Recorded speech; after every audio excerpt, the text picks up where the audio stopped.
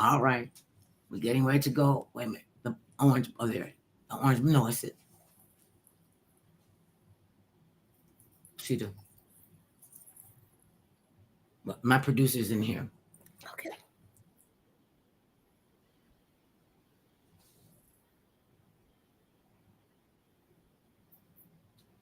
Hello, everybody. It's the even more fabulous Mother Love coming to you live and in living color. Well, coming in dead in black and white wouldn't be good looking. I don't do good with the white face, but I do well with this face. And I'm so pleased to have you here with us today. We have gracing our presence. Okay, thank you very much. I got two things. She is just gorgeous. Wait until you hear this child's voice. See, I call everybody children. My son is like 800 and I still call him my kid. So don't be worried about that because you are my baby. You my new cyber baby. Thank you very much for joining me. And we're going to have a great time. Ladies and gentlemen, allow me to introduce to you the very lovely and talented Katrina Aguilar. Welcome to the program, Katrina. Hi, thank you very much for having me. Oh my goodness. Oh, speaking of that, this is your first time being on the show with me, and we're gonna talk about your dad over there, who said, we was in church, my love. I didn't know who the heck you were, and they were going, tell him what you said, Carlos. Come on, put your face in there. Tell him what you said. I don't want to be putting words in your mouth. Just stand behind her. You're gonna embarrass me, right? No, I'm not embarrassing. I'm just getting getting you into the fold of the family. This handsome fella is Katrina's dad, and what you hear, but I'm saving it. So, and we're gonna find out all about you. Now, tell them what you told the church people on Sunday. Well, we belong to a Black Southern Baptist church in, south part of San Diego. Mm-hmm. By the way, Katrina's on the praise team. She's one of the two sopranos. And anyway, I'm walking into church and I'm bragging about, I always brag about my daughter. Well, of course. But I'm bragging like, oh, my daughter's going to be in this show. This lady from LA called Mother Love. And they're looking, oh yeah, Mother Love is great. And I'm going, I never heard of her. They look at me like I'm crazy. Like, you probably are crazy, but not crazy like that. And our kind of crazy is way different. And you know what that gets to allow us to do for you and I. To be together, and you become one of my new cyber babies. So now you got to tell all your relatives, your friends, your church family. You got to tell the man down the street at the grocery store. Go tell your podiatric doctor. Tell all her instructors. Tell everybody you know. Just walk them down the street. Say, my daughter Katrina was on it. Was on it. Oh, Katrina, you know, up for love, because they don't believe that. People don't believe you. Katrina knows I never brag about her. Oh. Wink. Wait a minute. Here's another double wink, because you know what? And you don't do it well. You don't brag about my daughter. Heck, I've been bragging about your daughter. This us first meeting in the first place. Oh yeah. Let us thank your publicist, Mr. Steve Moyer, who is absolutely. Oh, she didn't kick the dad out. Okay, you could go now. Oh yeah, she's like, okay, dad is out. Strike dad. Moving on, as we say in Hollywood. Moving on. So, Katrina, tell me about the gift that you have and what was like growing up, and did you even know that you were on the autism spectrum? And I do want to say thank you for being so honest and so open to share that part of your life with us. My pleasure. I think growing up, I didn't understand that I was on the spectrum. I knew I had challenges for sure. From kindergarten through all of high school, I was always in like special education. Mm-hmm. So I knew that much, but there were certain things I didn't really understand about why I got there till very recently. I didn't know that. I knew I had, a lot of learning difficulties, which I kind of now know was kind of is a kind of a byproduct of being autistic. Mm-hmm. But I didn't realize much until, I mean, of all things, when I was around 17 years old, I was diagnosed with what was known as Asperger's Mhm, syndrome, mhm.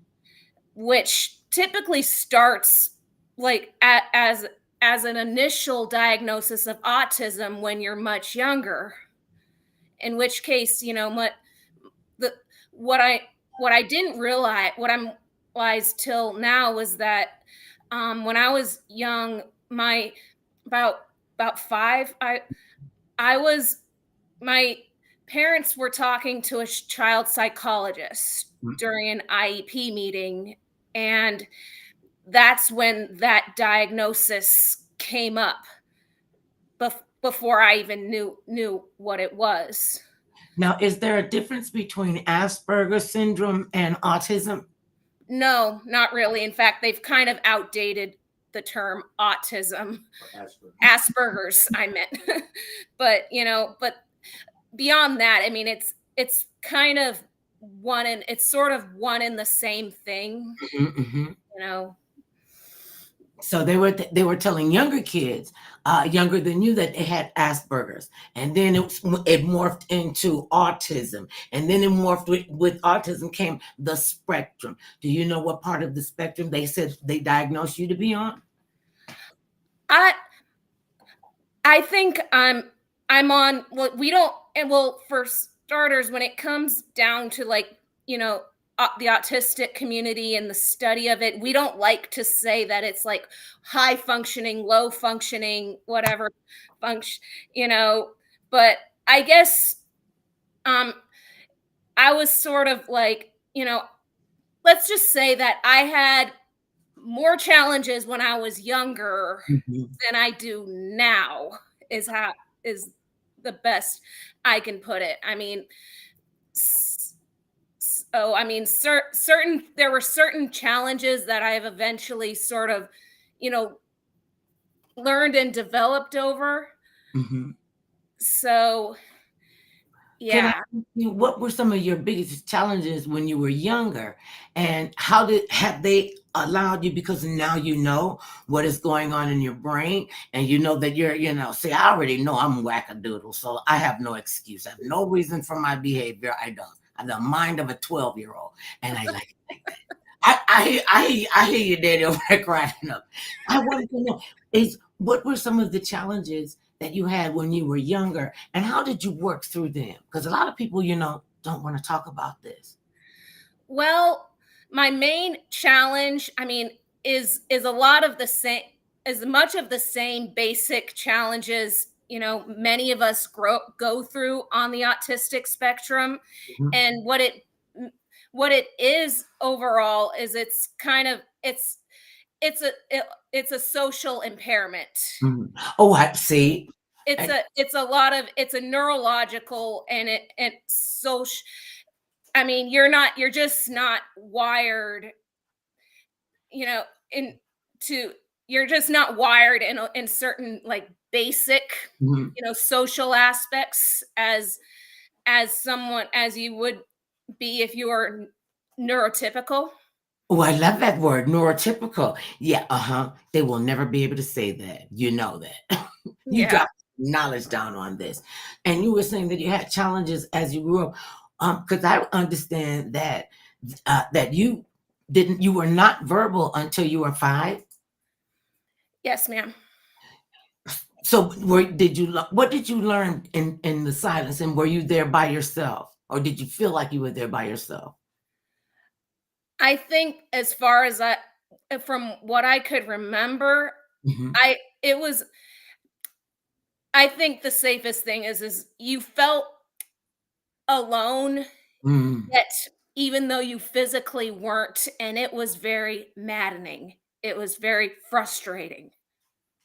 And it sounds like it would be very frustrating. How were you able to incorporate what you went through and get you through your teenage years? Because teenagers make you understand why some species eat their young. Oh, yes. Oh my goodness. Yeah.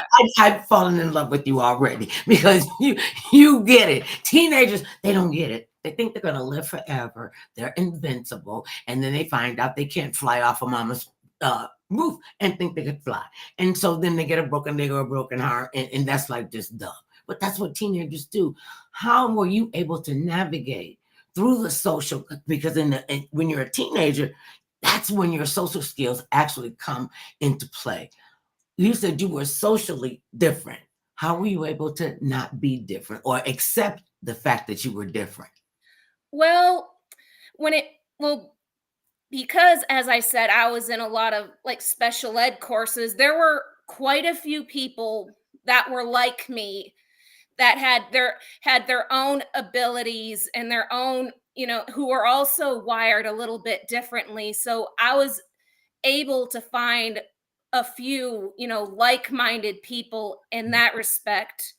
Mhm. And then and one thing I definitely, I something I definitely do not take for granted is that I had the support system I have now, and I've always had with my parents, and yeah, and a few of those close friends. Mhm. And so when you stepped out, what was your feeling, and what was going through in your head when you went, "Oh yeah, I can do this, and I'm gonna make it look good. That's what I'm gonna do."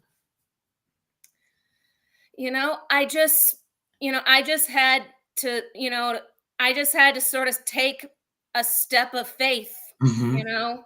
I just had, and in a lot of ways, overall, it wasn't typically that hard because, I have and have always had, people that loved me, so quite it wasn't quite as bad as it in that regard. So it's like, it's like, hey, I can do this and I've got people around me.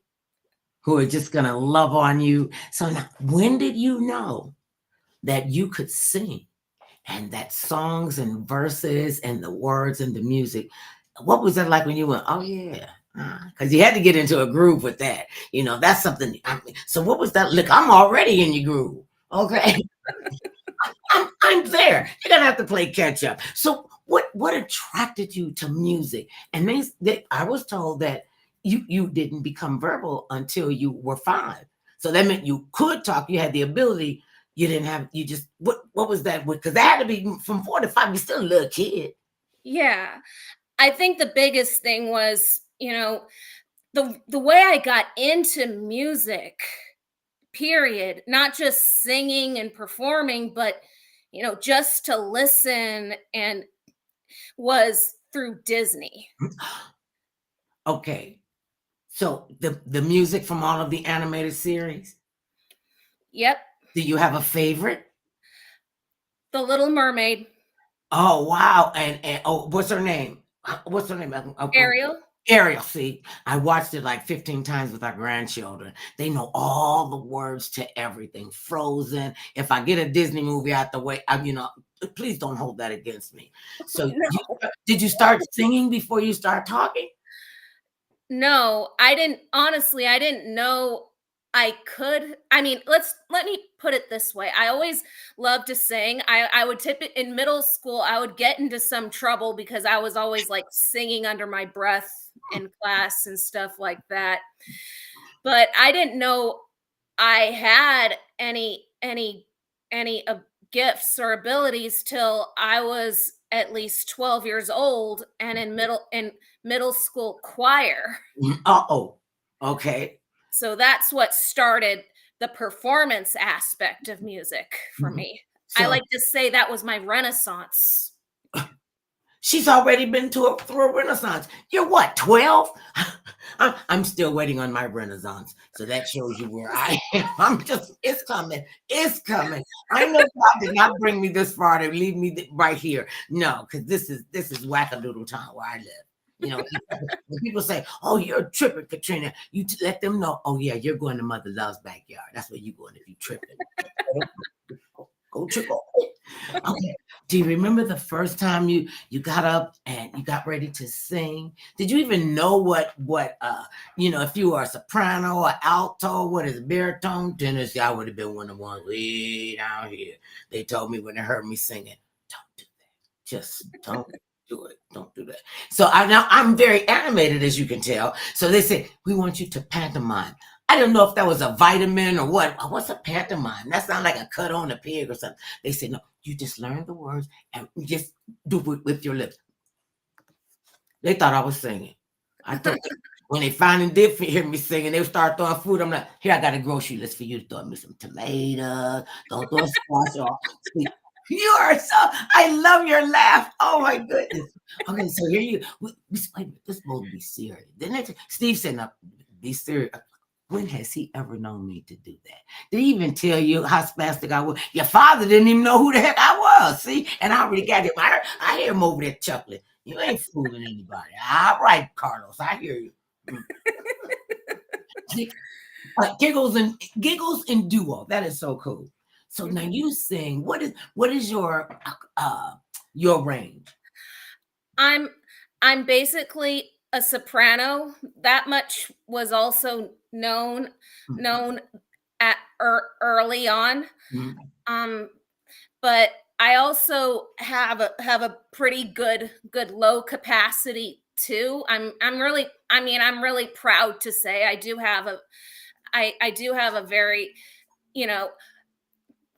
very wide range. So and I love to do a whole slew of like different styles, and that's something I'm proud of with the show. Is it's a whole slew of different genres, different, so yeah. Now you sing in multiple octaves. When you do you have to switch when you have to switch off on them? Do you love your sound when you gotta listen to me? I got a lot of nerve time. I loving your sound. What did you think when you could actually hear yourself? Because you record, you tape it, then you run it back and go, I can do this. Are you like a stickler for details? Or do you go? Absolutely. Are you? Oh, I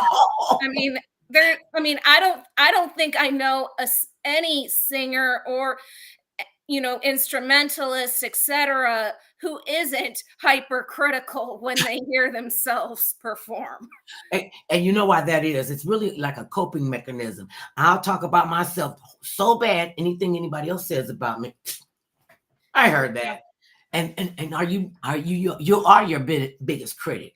Oh yes, and as the artist, you have a sound, or you have a vision in your head of what you want it to sound like, or whatnot. And sometimes, sometimes you can get it, or sometimes not quite as much. And yes, naturally you are, by all accounts, your toughest critic. Much tougher than your meanest voice teacher or whatever. It's but that's just, I think that's just how it is naturally. But at some point you kind of have to grow and you have to accept that you can't always get the vision you want. But that's also kind of a blessing, because you always have to keep working and working to get better and better. And are you hard on your team? Not as much as I am myself. Oh, well, we know that part. Yeah. They would tell you, you are beautiful. This is wonderful. Okay, just take it up a notch. And you'll be over in the corner. Oh, what I do? I could do this, but I could. Oh, that's me. I'm having a flashback. It just came. It went. Yeah. And we all go through that, especially being a performer in multiple genres. I won't even ask you what your favorite genre is. Out of all the things that they've said that you can do, and I absolutely believe them, I can hear your pitch and tone in your speech. And that's just wonderful. I want to ask you this, and I didn't want to interrupt you. What is singing under your breath? Is that humming, or is that something different? I would describe that as kind of humming, but with words. with And you're words and pitches, is the best I can describe kind of going, kind of, going under your breath. okay, that's what you said. You were singing under your breath. Okay, Yeah. just like 8 notes under your breath. I'm just fascinated. She said, I could sing under my breath. I don't know who you talking I, to. it's just, kind of, sort of like trying to sing at a volume that's only audible to yourself. So you too listen to the people in your head, and they're going, don't do it. With Yes. us, Oh like, my. Oh my. Oh my do goodness. you I just mean, get it's that's one of the hardest things, you work on as a performer is it's how to, how to like, not you can't shut them down, but you kind of have to, you have to accept them. You have to accept, the voices, sort of like, you know, sort of, accept them. It's like, okay, but all right, I love you guys, but okay, chill and oh, let me. oh, you let them down easy. You don't say I'm cutting the cord on the swing. Okay, you got to. It's not gonna be another swing and a miss. And so, tell Yeah. me how you. Tell us how you got together with your music director Brad Ellis. And tell people who Brad Ellis is so they know they see greatness in you. I can hear it in your pitch and tone. I can feel it in your spirit, and I see all that great light around you. I do. I'm like strange like that. How did you get to meet Brad Ellis? Well, it was through Clifford Bell, and it was through, and he did one of several showcases I was a I was a part of. So for at least like two of those, him and I were paired together as Mhm, performers. And so that was how we met. mhm. But as for who he is, oh my gosh, I mean, just do yourself maybe do yourself a favor and look this dude up. I mean, it's insane. It's like this dude is, for one thing, one thing I think most of us might be a little more familiar with was he was on a TV show called Glee. Okay. Look, He was don't wait a minute, sweetie. You are just not gonna brush past this. I mean, you got a cat hooking you up with, and the only reason, trust me, only reason I know about Glee and all of that and what he does and are my grandkids. So I mean, that was that like a big giant? Were you shocked? Were you like amazed that somebody like him wants to come and? Well, I take that back. He should have been amazed at working with somebody like you. Okay, shut up, mother love. Okay, go on ahead with the story. I will I will say is, you know, first off, when I didn't know who he when that name was brought to my attention, I mean, it was amazed. Even hearing about what he's done first, and then when you talk to him, all the stories he has, but and then of course, oh man, hearing him play, I mean, the guy is a virtuoso. It's insane. And just like the guy knows so much stuff. I mean, it's impressive by my classical background standards. So talk about your classical background, Saint, because you said you went from Frozen and The Little Mermaid, and now you're talking about opera. What is that like? And I love the opera. Don't understand a word you guys are singing, but I just love the energy. Well, I started singing. Well, I started with musical theater, Hmm. and that was, and then eventually, I mean, that sort of became, my like the legit theater, as we call it, which is like musical theater on the more classical operetta side Oh, of okay. theater is all it means. We're not trying to degrade anything else, but that's It is but what it is. yeah. But anyway, it was a precursor, from I first starting with Little Mermaid, and then singing like then learning like stuff from like the musicals like Oklahoma, Carousel, Oh, and you way back to that. Okay. yeah, yeah, and then eventually, and then of all things, I mean, I fell in love with opera specifically through San Diego Opera's Madame Butterfly.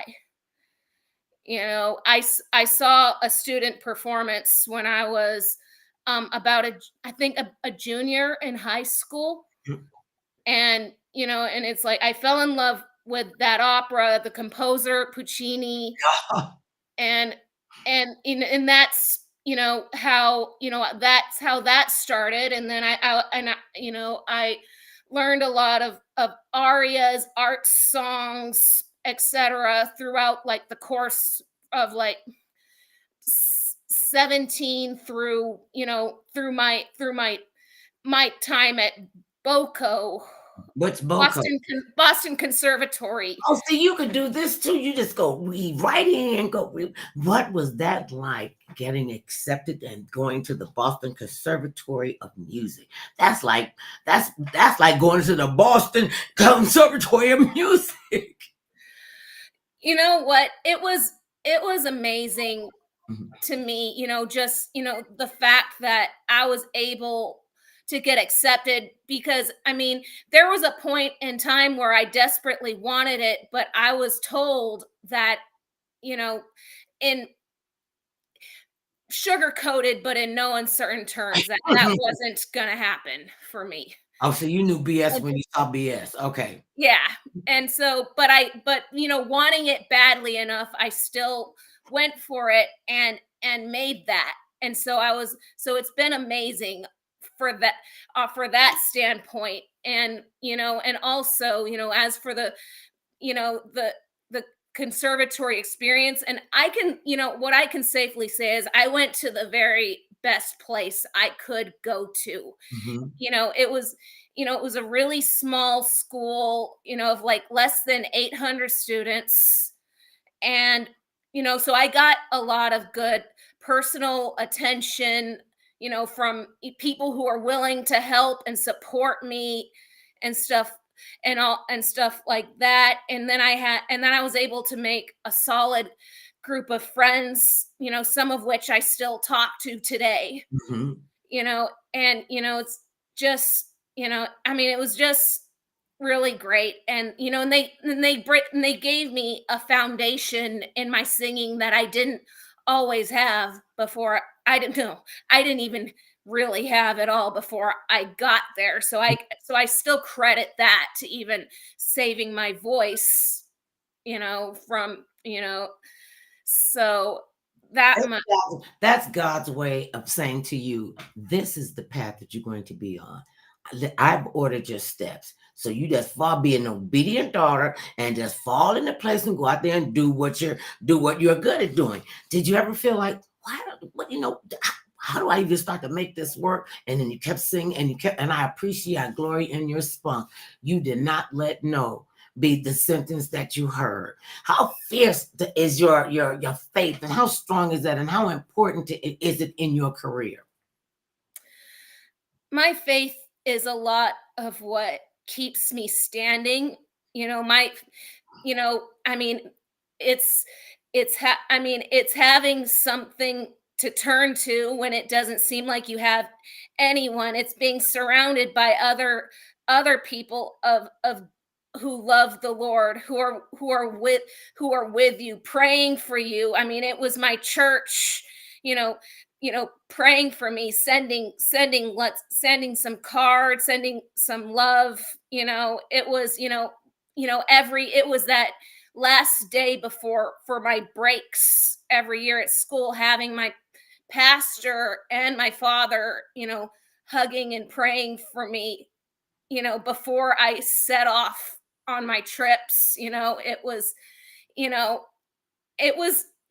it's kind of like, and after, another thing I mentioned is after, you know, my time in Honduras, it was knowing that, like you have a responsibility in your gift. You have a job to do.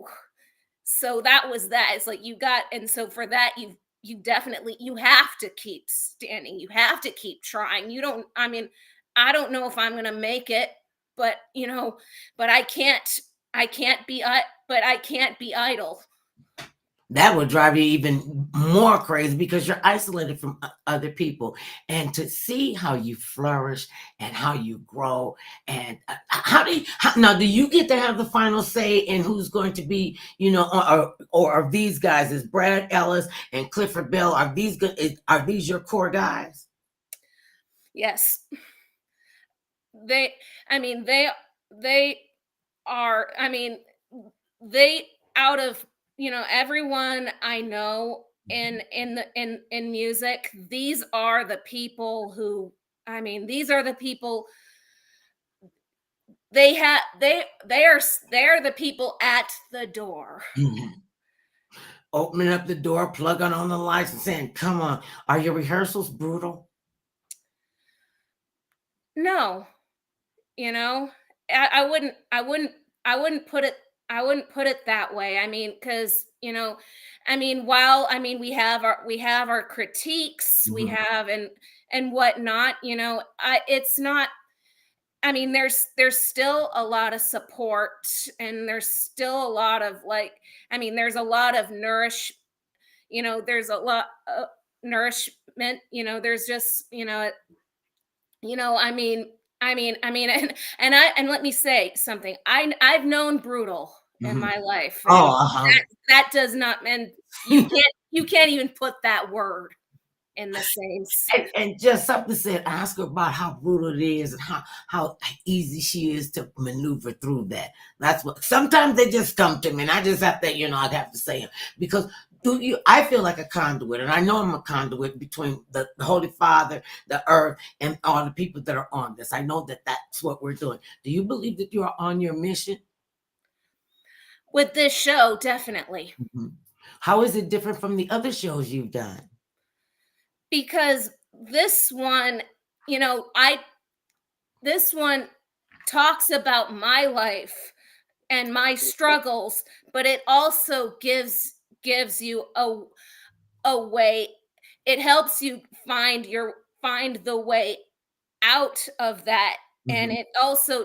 it also shows people, well, I mean, that who are in my boat, or who are, I would say, in my any kind of minority in the world, that you are not alone, you know. That is so important, especially when you're talking about a life condition, and that listen, obviously you don't obviously autism doesn't have you. You got autism. You running the thing. You calling the shots, and that's I'm just happy for you that you're calling the shots because when you get there, have you been with people? I was saying to get there that you went through them and you said. No, and to find the right combination that's going to flow, and you have the last say, of course. Yeah, yeah, and on that, I've had, various, teachers, I've had psychologists, I've had people that were like, no, we don't, we're not, we can't work together. There were auditions I did for schools, in which case we had like preliminary lessons, and it was like, I can definitely see this isn't a place, you know? Look, I know what I'm looking at. Now you know what you're looking at. Good. Speaking of looking at, share with us they look like Mickey Mouse ears that I should have on my head. I'm just saying. Well, I like gifts from my guests. And tell well, us about that. well, I thought, for one thing, I mean, if I'm going to talk about my Disney show, I had to have some ears on me. I have I have like this ginormous collection, and also, I mean, as you might be able to That's tell, Tinkerbell. this is Peter Pan, Oh, and I couldn't see. I'm looking at my good eye now. Okay, I see. I see. That look like Tinkerbell. oh yes, that's Tinkerbell. That's the clock, and Did you? Mhm. This is And the clock from, wait a minute. This is the clock from the candlestick one. What's the one? Is that from the candlestick? What's that one? no, that's the clock tower in London, Oh, okay. but anyway, I thought, this was as good as any, because I mean, I am singing a song called, I mean, spoiler alert, second Oh, star to the right. okay. And so that's what that basically is, and it's also on the very back. Oh, look at you. Look at you. Oh, you got to send me one of them. Come on. Did you make that? No, I mean, I have a friend on Instagram who's amazing with that stuff. But anyway, So but, cute. but anyway, I thought, since I'm doing this song, and one thing I mentioned too is that, I mean, Disney has always been with me. Mhm. It's always been part of the backdrop of my life, just like my second star to the right.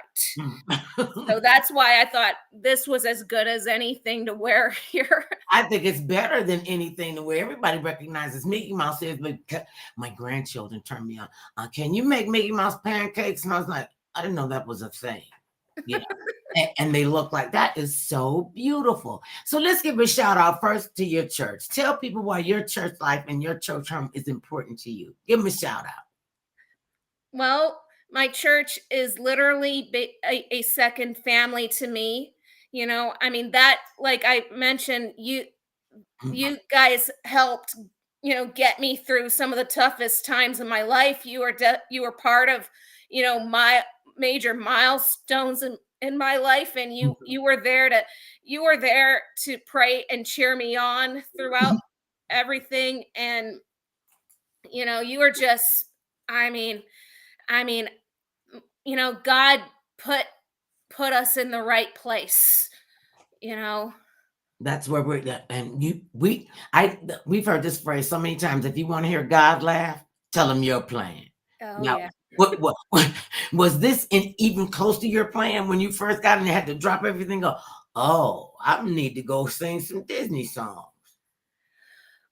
The funny thing was this didn't even come to mind till I fell in love. Well, I eventually fell in love with cabaret. Uh-huh. And that was through a 2-week intensive master class workshop with another amazing lady, Eileen Bowman. But Mm-hmm. anyway, but that's how I fell in love with cabaret. And then as I fell back more and more in love with Disney, it was like, I need to make a cabaret out of this. And that's where Clifford came in, and him and I started constructing that. And then and that's where I came to realize that, it's like, wait, this is my story. I mean, there's a reason, you know. So I mean, I About didn't. I always thought I was going to be an opera singer, and it's like, no, God had something else in mind for me. So, But you still have the ability to do that. I mean, how many artists can say, I can go from opera to Disney to be on the stage? I can do it all. I told you if I start singing, they're throwing furniture. Speaking of singing, are we going to hear a bit of you singing? Ladies and gentlemen, this is Katrina Aguilar. thank you. Okay, right now. Okay, look at she. Oh, you.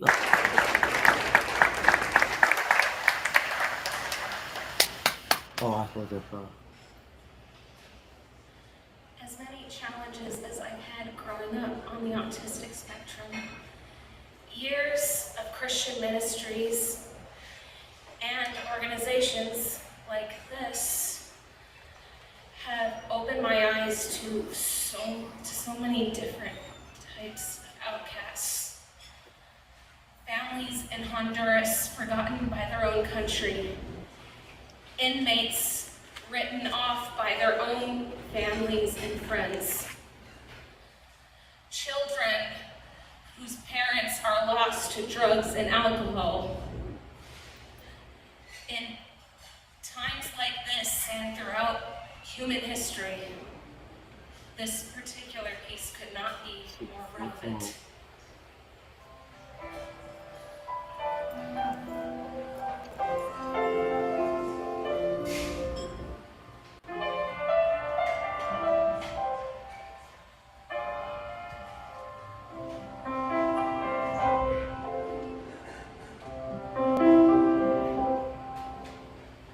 I don't know if you can hear me or if you're even there. I don't know if you would listen to my only prayer. Yes, I know I'm just an outcast. I shouldn't speak to you. Still, I see your face and wonder, were you once an outcast too?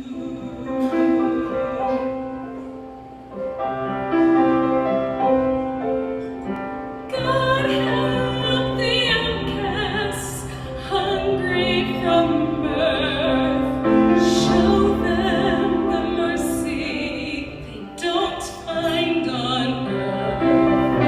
Lost and forgotten, they look to you still.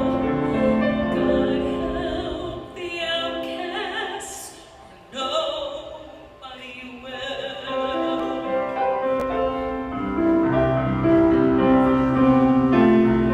I ask for nothing, I can get by, but I know so many less lucky than I. Please help my people who look to you still.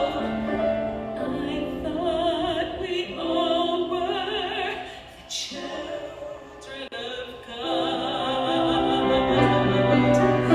I don't know if there's a reason why some are blessed and not. Why the few seem to favor. They fear us, flee us, they do not see us. God help the outcasts, the tattered, the torn, seeking an answer to why they were born. Winds of misfortune have blown about. You made the outcasts. Don't cast them out. The poor and unlucky, the weak and the odd. I thought we all were the children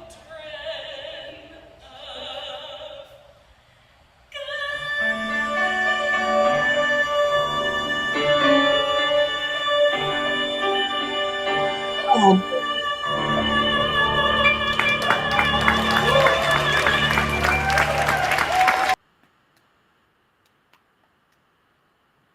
okay, wait.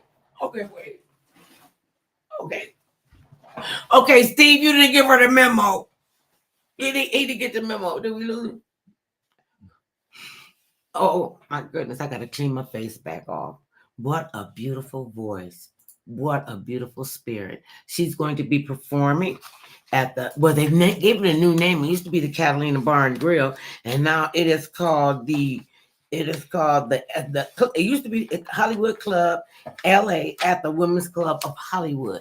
There she is. It's a concert for autism care today. That's Katrina. She's going to be in concert. The MC and host is Christopher Tenney, and the defining act the opening act, I'm sorry, George Steves.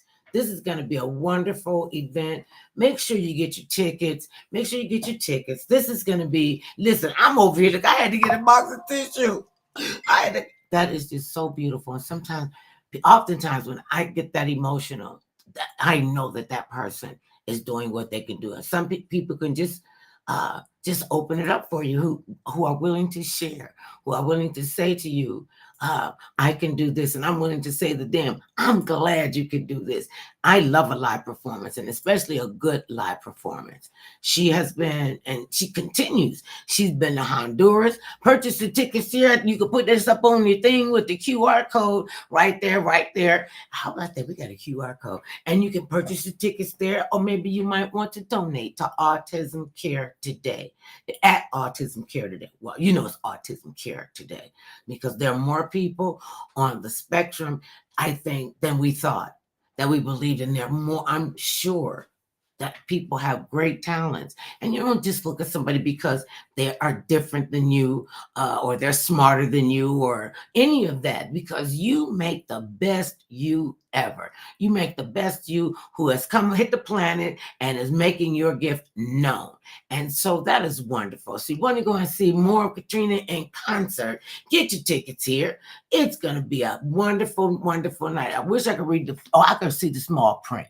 Singer Katrina Aguilar will perform her celebrated concert, quote, part of the world, end quote, a musical journey about her experiences living and evolving from a childhood diagnosis of being on the autism spectrum. A graduate of Boston Conservatory, she is a classically trained vocalist who tells the story on how the music of Disney films helped to lead her out of her childhood isolation. I mean, I couldn't even imagine being that isolated when you know you got a gift and you know you're supposed to show it. Miss Aguilera will be accompanied by celebrated musical director Brad Ellis, and from the hit TV show Glee, also who says Katrina Aguilera is one of the most courageous and compelling artists I have ever worked with. It is a rare event for somebody on the spectrum to create such enlightened work about her experiences and thereby improve her own human condition and her audiences as well. I mean, I hope you know and your family knows, and I'm sure Brad and Christopher understand, and George. I had to get a little sip of water. Understand how powerful this is. What I know about people with autism and on the spectrum is you don't judge a book by its cover. I've been and sat among several times with children on the spectrum in different age groups, like the little kids. They just want you to sit on the floor with them and see me. And they fell in love with me, but that was after I fell in love with all of them. And these are little kids. And, they talked about being bullied because they have a condition that they have no control over. I mean, that's just unimaginable. And kids can be so brutal because they soak up everything they hear. Why not allow them to soak up the positive energy of people who are on the spectrum? How about celebrating them as they have come to celebrate their lives? And the fact that she is so bold, she is saying, look, the first thing out of her mouth was, I want y'all to know about the people on the spectrum and that we could do this. And look how powerful it can be. I remember I was at one class and it was like I went like 2 or 3 Mondays in a row, and I kept saying, well, why you guys keep calling me to come back? And they kept saying that telling the teacher how much they loved me, and how am I going to say no to a kid? Okay, a smart aleck kid, I got a no for you, all right. And so by the third visit, there was this one little boy. He must have been about, I'm going to say 8 or 9 years old. None of these kids that were in the double digits of their age. He must be about 8 or 9 years old. And I remember him, when I first got there, he was just like sitting by himself. Now, there were a lot of children around on different parts of the spectrum. Some of them were nonverbal, and he had been nonverbal. They said he could talk at the right time, but then all of a sudden his brain just shut down on him. And he always liked crayons. And they had to teach him how not to put the markers on the crayons. So his parents got him an easel, with the crayons, and then he liked to feel the chalk. I can't believe I remember this. The first Monday, he was just sitting there. Second Monday, he had scooted a little closer to the kids that were sitting on the floor. Third Monday, I come in. This little boy, and I wish I could remember his name, but baby, thank you. This little boy came in and he had different pictures of us And from the first Monday to the second Monday to the third Monday. Okay. Also, oh yeah, now you're back. Now my weepiness is all going, makeup all tore up. I'm look like I was in some fight with a prize fighter. And Steve did not give you the memo. You can't be cracking. You can't break down the host. What's wrong with you? Okay. So I'm saying this is just me and my own personal thing. You go and see Katrina, bring you a box of tissue. And most of the time, all the ladies got a little tissue pack. That is very powerful. I mean, and the fact that where do you get that power from? Where did it come from? I mean, because that's where'd that come from? I think, besides the my natural capacity for lung power, ask my parents when I was little, it when things did not go over. But you know but besides that, I think a lot of like my emotional power comes a lot from life experience, is what it comes down to, it so. When you sing, because you sing with passion, and you sing with compassion. Let's talk about some of the as an adult, and you're going to be on the spectrum. And let me ask you this. Okay, if you didn't tell people that you were on the spectrum, they wouldn't know. Why was it important for you to share that with your audience? Because honestly, it's kind of surreal to be sharing this now, because for the longest time, I didn't want, especially like right after I got out of high school, I did not want people to know I was different. Because it went from K through 12. I mean, you were othered for that very thing. Mm-hmm. It was bad enough you were put into a separate classroom, separate from most other kids. Mm-hmm. You were already kind of somewhat of a second class citizen, because they knew something was different about you. Not wrong, different. Yeah.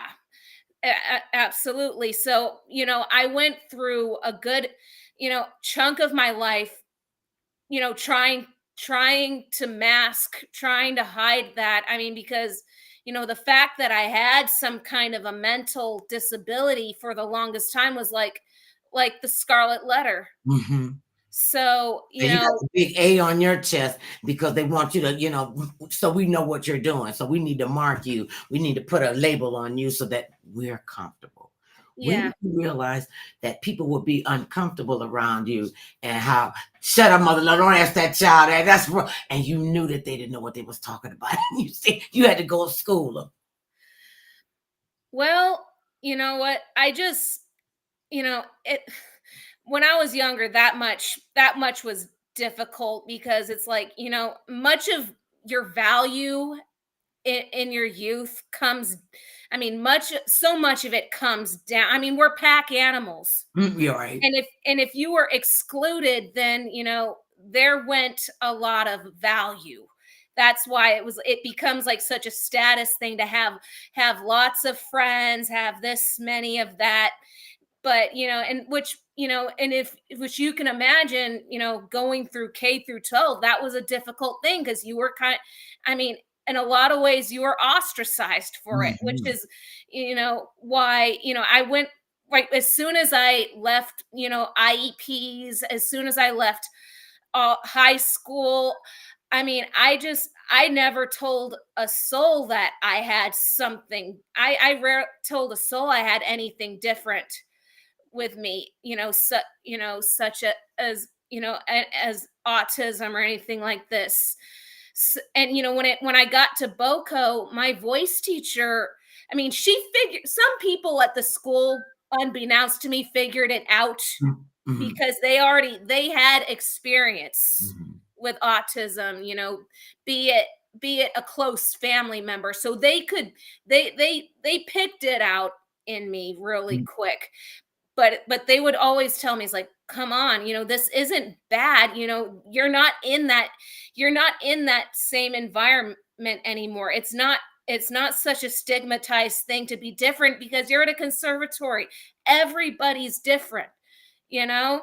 So it's like you're not so it's like but it took, my voice teacher at that time begging me to talk about it, but still, but then it came down to this Disney show being put together. Mhm. It came down to, putting, gathering up the songs and putting two and two together. Mhm. And it's like, you know what? This does need to be talked about, for myself and for others. And speaking of that, what would you say? And could you just share part of, especially growing up, and where you went, where you came from, how you got there, and what would you say to to these young people who might not know what this is, whose parents might not know what it is, because if you don't know what you're looking for, you don't know how a child is going to respond, right? So what would you say to those kids who are getting bullied on the playground when they go out and they're in the special ed classes? And I used to hate that word. I'm like, well, how come I can't be in a special ed class? And they say, because you're not special. Oh, so what make them special?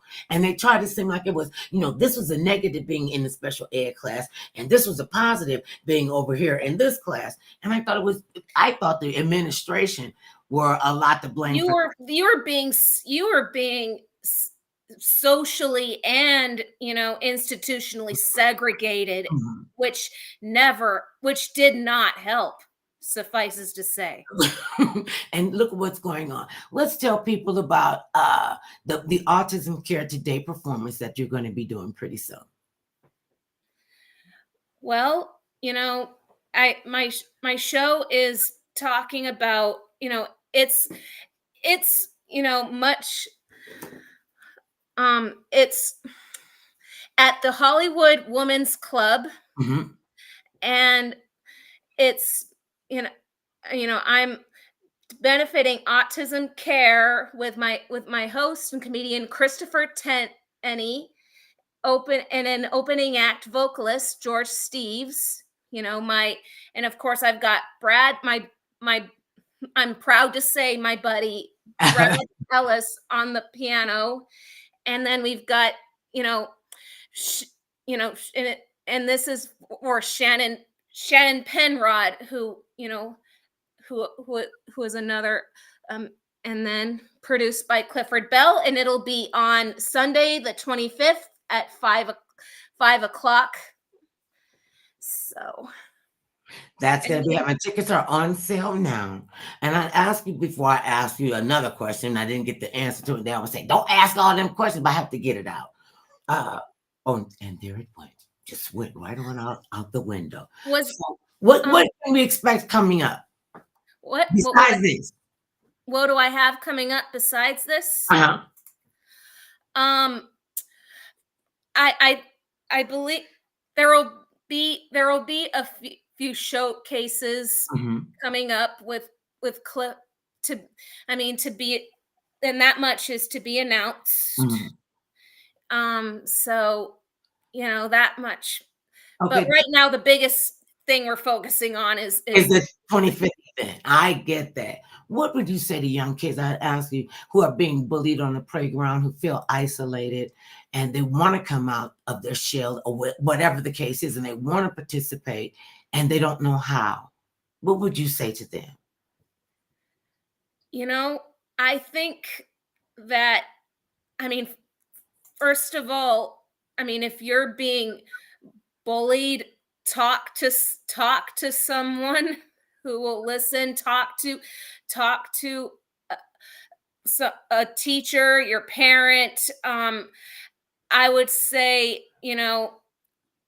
honestly, I though, but to be quite frank, I would talk more to the parents about that. Mhm. You know, I would say get in touch with a support system. Mhm. Get in touch with an organization that you can introduce your kids to, where Mhm. you can meet other kids who are like-minded, and who can help you out Mhm. on a multitude of levels. get a support system for yourself so you can have them for your kids is what I.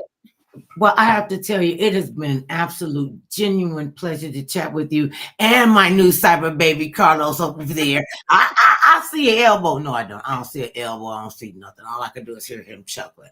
Know that we love you. Always know that you have a landing place here with the Mother Love Show. And thanks, Steve Moore. Say hi to your publisher. Hi. Okay, remember Sunday, February 25th at 5 p.m., a concert for autism care today. Katrina will be there. She's the headliner. Brad Ellis is there. Clifford Bell, and so much more. Get your tickets, enjoy yourself, and let me know how it went. I might be able to get them at Eventbrite. Okay, thank you very much, young lady. You have a wonderful day. Thank you, Carlos. Peace and blessings to all of you. Thank you. Mother Love is sending love your way. Remember this, no matter how big or tall, short or small, thick or thin, it matters not what skin you're in. Everybody could use some Mother Love now and then. Oh, I forgot to do. Oh, let me tell you. You can find us on Facebook, Restream, TikTok, X, or something else with X. Restream, iHeartRadio. We got Podcast Addict, Spotify, TikTok, YouTube, LinkedIn, Podchaser, Geosabe. It just sounds like it should be said like that. Geosabe. Instagram, iHeart, Google Podcasts, Facebook, Deezer, Castbox, Apple Podcasts, Amazon Music, Audible, and more coming soon. Did I say that right? More coming soon. Get your tickets. Enjoy yourself. They look so beautiful.